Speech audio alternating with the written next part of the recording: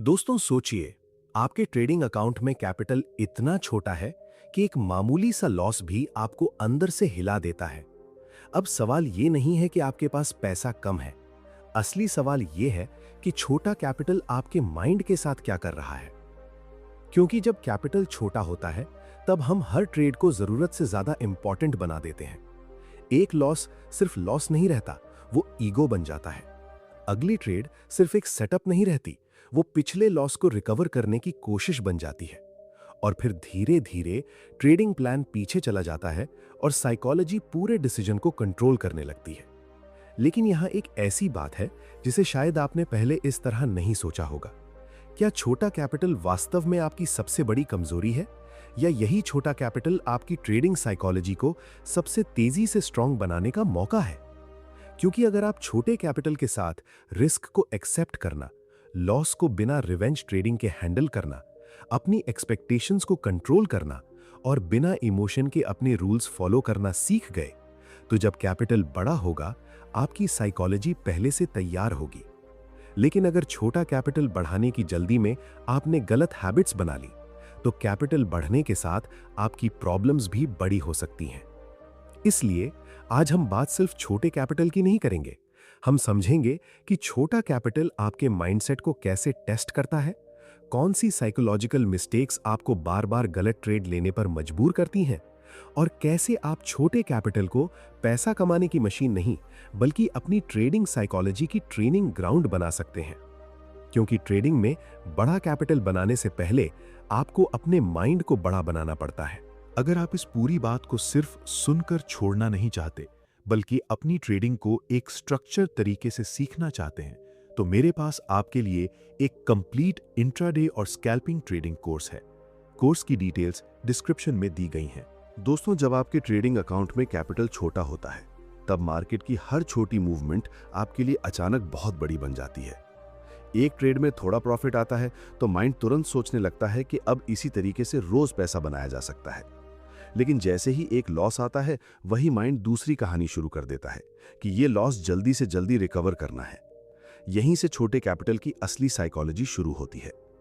मैंने ये समझा है कि ट्रेडिंग में कैपिटल की साइज सिर्फ आपके अकाउंट को प्रभावित नहीं करती, ये आपके डिसीजन मेकिंग को भी प्रभावित करती है। जब कैपिटल छोटा होता है तो हमारा फोकस अक्सर मार्केट पर कम और पैसे पर ज्यादा हो जाता है। हम चार्ट को ये देखने के लिए नहीं देखते कि मार्केट क्या बता रही है, बल्कि ये देखने लगते हैं कि अगली कैंडल हमें कितना प्रॉफिट दे सकती है। मान लीजिए आपके पास एक छोटा ट्रेडिंग अकाउंट है और आपने अपनी पूरी प्लानिंग के साथ एक ट्रेड लिया। आपका सेटअप बिल्कुल सही है, रिस्क पहले से डिफाइंड है, लेकिन ट्रेड आपके खिलाफ चला जाता है। अगर आपकी साइकोलॉजी बैलेंस्ड है तो आप कहेंगे ये मेरे ट्रेडिंग प्लान का एक नॉर्मल लॉस था। लेकिन अगर आपका पूरा फोकस पैसे पर है तो आपका माइंड तुरंत कहेगा मुझे ये पैसा वापस चाहिए। अब ध्यान दीजिए, यही दोनों ट्रेडर्स के बीच फर्क पैदा होता है। पहला ट्रेडर लॉस को एक बिजनेस एक्सपेंस की तरह देखता है, दूसरा ट्रेडर लॉस को पर्सनल फेलियर की तरह महसूस करता है। और जब लॉस पर्सनल लगने लगता है, तब हमारा अगला डिसीजन अक्सर लॉजिक से नहीं, इमोशन से निकलता है।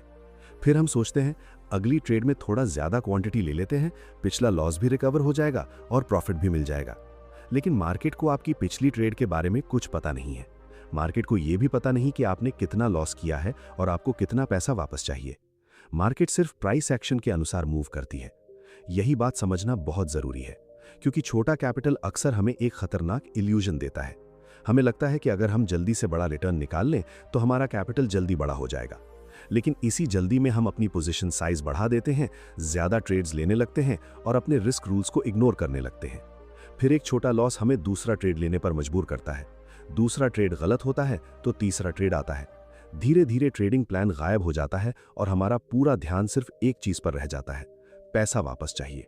और यहां एक बहुत महत्वपूर्ण बात समझिए, आपका छोटा कैपिटल आपको नुकसान नहीं पहुंचाता। आपके छोटे कैपिटल के बारे में बनी हुई एक्सपेक्टेशंस आपको नुकसान पहुंचा सकती हैं। अगर आप सोचते हैं कि छोटे कैपिटल को बहुत कम समय में बहुत बड़ा बनाना है, तो आप हर ट्रेड से जरूरत से ज्यादा एक्सपेक्टेशन रखने लगेंगे। लेकिन अगर आप छोटे कैपिटल को अपनी लर्निंग और डिसिप्लिन की ट्रेनिंग के लिए इस्तेमाल करते हैं, तो हर ट्रेड आपको एक अलग तरह का एक्सपीरियंस दे सकता है। आप सीख सकते हैं कि लॉस के समय आपका माइंड कैसे रिएक्ट करता है। आप देख सकते हैं कि प्रॉफिट आने पर आप ओवर कॉन्फिडेंट तो नहीं हो जाते। आप ये पहचान सकते हैं कि किस सिचुएशन में आप अपने रूल्स तोड़ते हैं और कब आपको बिना किसी वैलिड सेटअप के ट्रेड लेने का मन करता है। और यही जगह है जहां ट्रेडिंग साइकोलॉजी वास्तव में डेवलप होती है, क्योंकि मार्केट में आपकी सबसे बड़ी प्रोग्रेस तब नहीं होती जब आपने एक बड़ा प्रॉफिट बनाया। आपकी असली प्रोग्रेस तब होती है जब आपने एक ऐसा ट्रेड लेने से खुद को रोक लिया जिसे आपका इमोशन लेना चाहता था, लेकिन आपका ट्रेडिंग प्लान उसे अलाउ नहीं करता था। इसलिए अगर आपका कैपिटल छोटा है तो इसे लेकर फ्रस्ट्रेटेड होने की जरूरत नहीं है। इसे एक टेस्ट की तरह देखिए। मार्केट आपको बार बार ये मौका दे रही है कि आप देखें पैसा सामने आने पर आपका माइंड कैसे काम करता है। लेकिन अब यहाँ एक और ज्यादा महत्वपूर्ण सवाल पैदा होता है। अगर छोटा कैपिटल हमें जल्दी पैसा बनाने के लिए प्रेशर देता है, तो आखिर इस प्रेशर को कंट्रोल कैसे किया जाए ताकि एक छोटा लॉस हमें रिवेंज ट्रेडिंग, ओवर ट्रेडिंग और गलत रिस्क लेने की तरफ ना ढकेल सके। यही समझना अगला कदम है, क्योंकि जब तक आप अपने लॉस को सही तरीके से एक्सेप्ट करना नहीं सीखेंगे, तब तक आपका छोटा कैपिटल आपकी ट्रेडिंग साइकोलॉजी को बार बार टेस्ट करता रहेगा। अब यहां से एक बहुत जरूरी बात समझिए। जब आपका कैपिटल छोटा होता है तो सिर्फ लॉस का डर ही आपको परेशान नहीं करता, बल्कि आपकी एक्सपेक्टेशंस भी आपके खिलाफ काम करने लगती हैं। हम अक्सर सोचते हैं कैपिटल छोटा है इसलिए इसे जल्दी बड़ा करना है। यही एक सोच धीरे धीरे हमारी पूरी ट्रेडिंग साइकोलॉजी को बदल देती है। हम मार्केट को पढ़ने के बजाय मार्केट से कुछ निकालने की कोशिश करने लगते हैं। मान लीजिए आपके पास एक छोटा अकाउंट है। आपने तय किया कि आज आपको कुछ पैसा बनाना ही है। अब मार्केट ओपन होती है, लेकिन आपके सेटअप के अनुसार कोई साफ अपॉर्चुनिटी नहीं बनती। एक डिसिप्लिन ट्रेडर यहां वेट करेगा। लेकिन अगर आपके माइंड में पहले से यह बैठा हुआ है कि आज प्रॉफिट करना ही है, तो आपका ब्रेन किसी भी छोटी मूवमेंट को अपॉर्चुनिटी समझना शुरू कर सकता है। फिर एक जल्दी में एंट्री होती है। ट्रेड थोड़ा सा आपके फेवर में जाता है और आपको लगता है कि एनालिसिस सही था, लेकिन अचानक मार्केट रिवर्स हो जाती है और ट्रेड लॉस में चला जाता है। अब असली टेस्ट शुरू होता है। आपके सामने दो रास्ते हैं। आप अपने डिफाइंड रिस्क के अनुसार लॉस एक्सेप्ट करके बाहर निकल सकते हैं, या अपने माइंड की आवाज सुनकर सोच सकते हैं थोड़ा और होल्ड करता हूं, मार्केट वापस आ जाएगी। यहां प्रॉब्लम सिर्फ इतनी नहीं है कि ट्रेड लॉस में चला गया। प्रॉब्लम यह है कि आपने एक ऐसी एक्सपेक्टेशन बना ली थी कि मार्केट को आपके हिसाब से रिजल्ट देना चाहिए, लेकिन मार्केट किसी की एक्सपेक्टेशंस पूरी करने के लिए नहीं बनी है। ट्रेडिंग में एक बहुत महत्वपूर्ण शिफ्ट तब आता है जब आप ये एक्सेप्ट करना शुरू करते हैं कि आपका बेस्ट एनालिसिस भी गलत हो सकता है। आपका सेटअप अच्छा हो सकता है, आपकी एंट्री सही हो सकती है, फिर भी ट्रेड लॉस में जा सकता है। ये ट्रेडिंग की फेलियर नहीं है, ये प्रोबेबिलिटी का हिस्सा है। मैं जब किसी ट्रेड को देखता हूं तो मेरा उद्देश्य ये साबित करना नहीं होता कि मेरा एनालिसिस सही है। मेरा उद्देश्य ये देखना होता है कि मेरे पास एक ऐसा सेटअप है या नहीं जिसमें मेरा रिस्क और मेरा संभावित रिवॉर्ड मेरे ट्रेडिंग प्लान के अनुसार उचित है।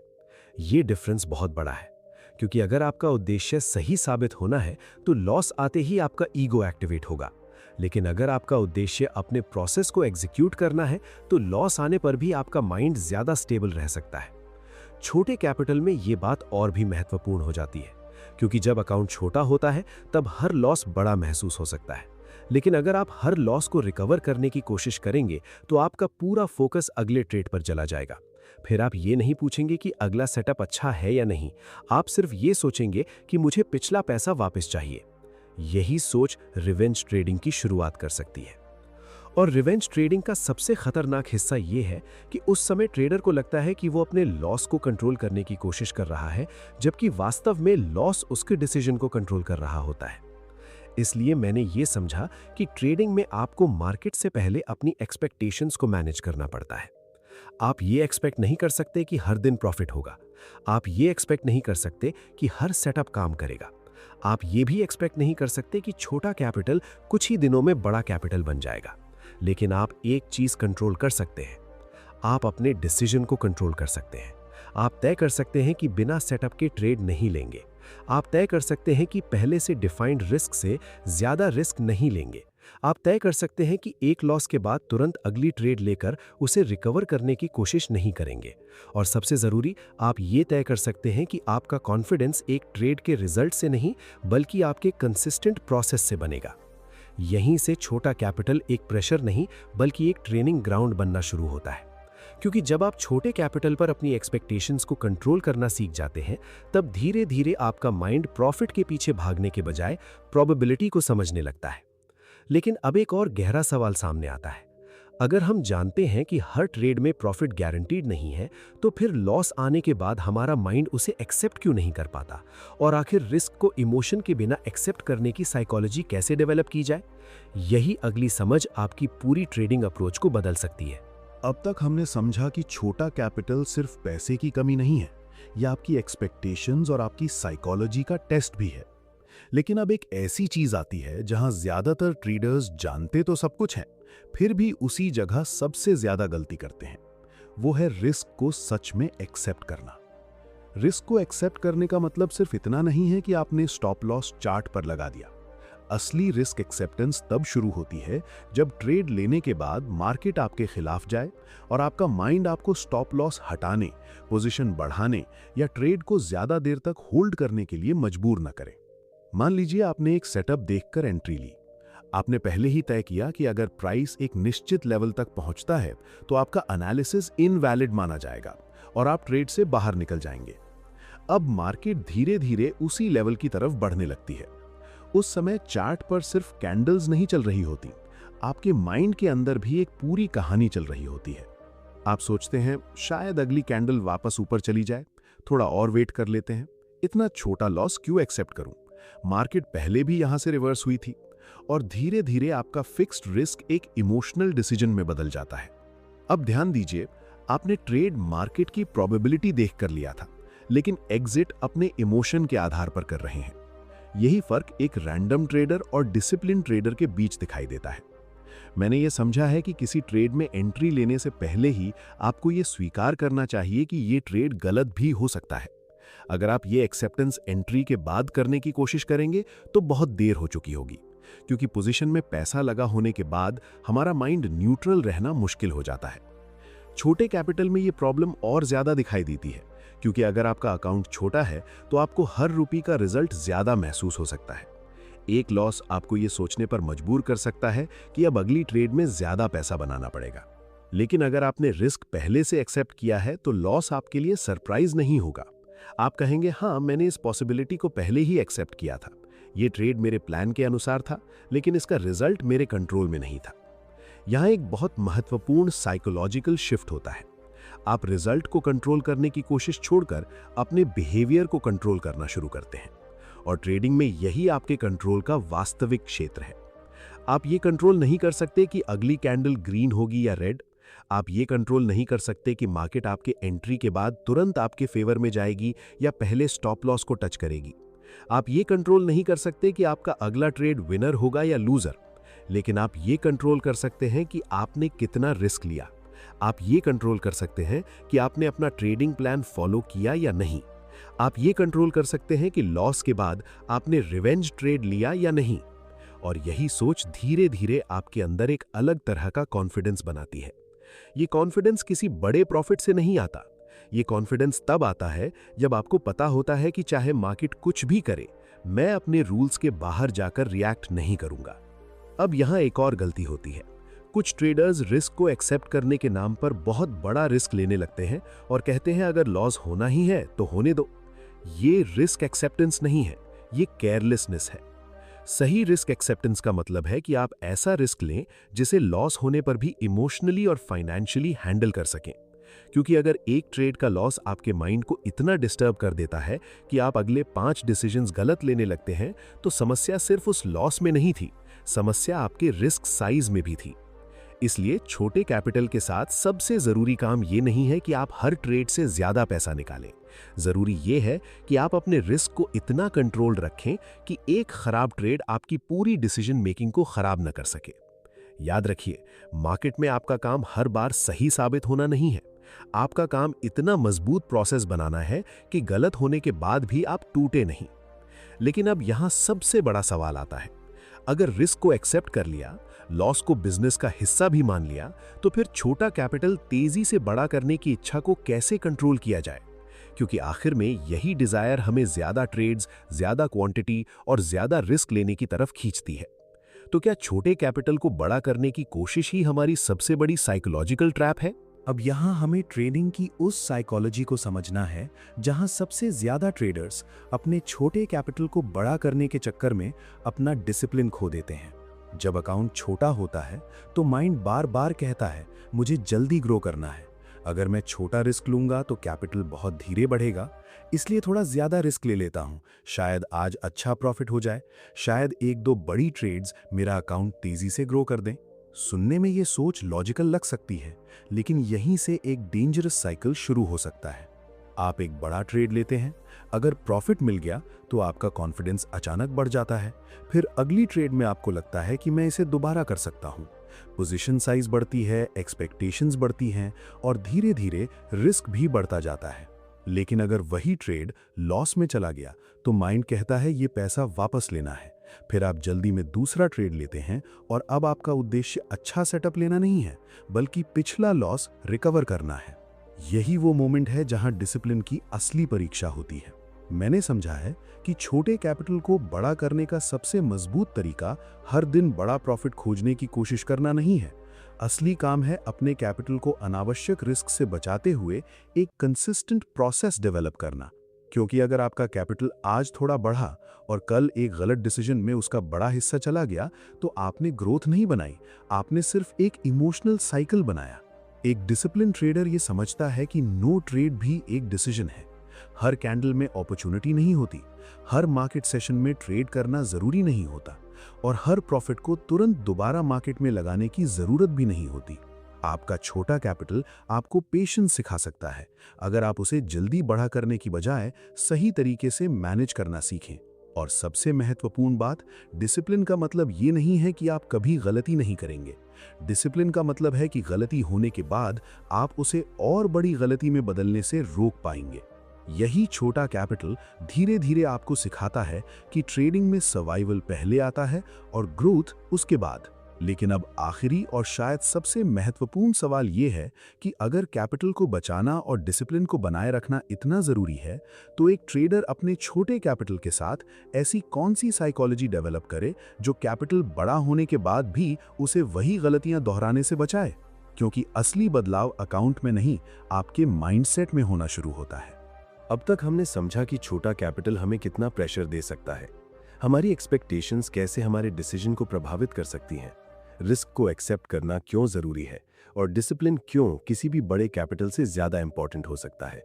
लेकिन अब इस पूरी बात का सबसे जरूरी हिस्सा आता है, और वो है अपने माइंडसेट को इस तरह डेवलप करना कि आज का छोटा कैपिटल हो या भविष्य का बड़ा कैपिटल, आपकी साइकोलॉजी आपके कंट्रोल में रहे।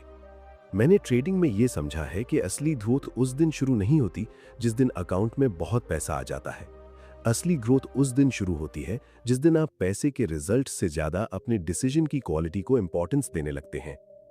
अगर आज आपने एक ट्रेड लिया और प्रॉफिट हुआ, तो सिर्फ प्रॉफिट देखकर खुश होने के बजाय खुद से पूछिए, क्या मैंने अपना प्लान फॉलो किया था? और अगर लॉस हुआ तो खुद को फेलियर मानने के बजाय ये देखिए कि क्या मैंने अपना रिस्क सही रखा था और क्या मैंने अपने रूल्स का पालन किया था। क्योंकि एक अच्छा डिसीजन हमेशा प्रॉफिट नहीं देता और एक खराब डिसीजन हमेशा लॉस नहीं देता। मार्केट में रिजल्ट और डिसीजन दो अलग चीजें हैं। इस फर्क को समझना आपकी ट्रेडिंग साइकोलॉजी को बहुत मजबूत कर सकता है। छोटे कैपिटल के साथ आपको सबसे पहले पेशेंस सीखना है। मार्केट आपको हर दिन पैसा देने के लिए नहीं बैठी है। कभी कभी सबसे अच्छा ट्रेड वही होता है जो आपने लिया ही नहीं। दूसरा, अपने रिस्क को इतना बड़ा मत बनाइए कि एक लॉस आपकी नींद, आपका मूड या आपका अगला डिसीजन खराब कर दे। ऐसा रिस्क ही आपके लिए सही रिस्क है जिसे आप बिना पैनिक के एक्सेप्ट कर सके। तीसरा, अपने हर ट्रेड से कुछ सीखने की आदत बनाइए। दिन खत्म होने के बाद सिर्फ ये मत देखिए कि कितना प्रॉफिट हुआ या कितना लॉस हुआ। ये देखिए कि आपने कहां इमोशन में डिसीजन लिया, कहां जल्दबाजी की और कहां आपने अपने प्लान को फॉलो किया। और इन सीखों को सिर्फ ट्रेडिंग तक सीमित मत रखिए। लाइफ में भी हर चीज तुरंत नहीं मिलती।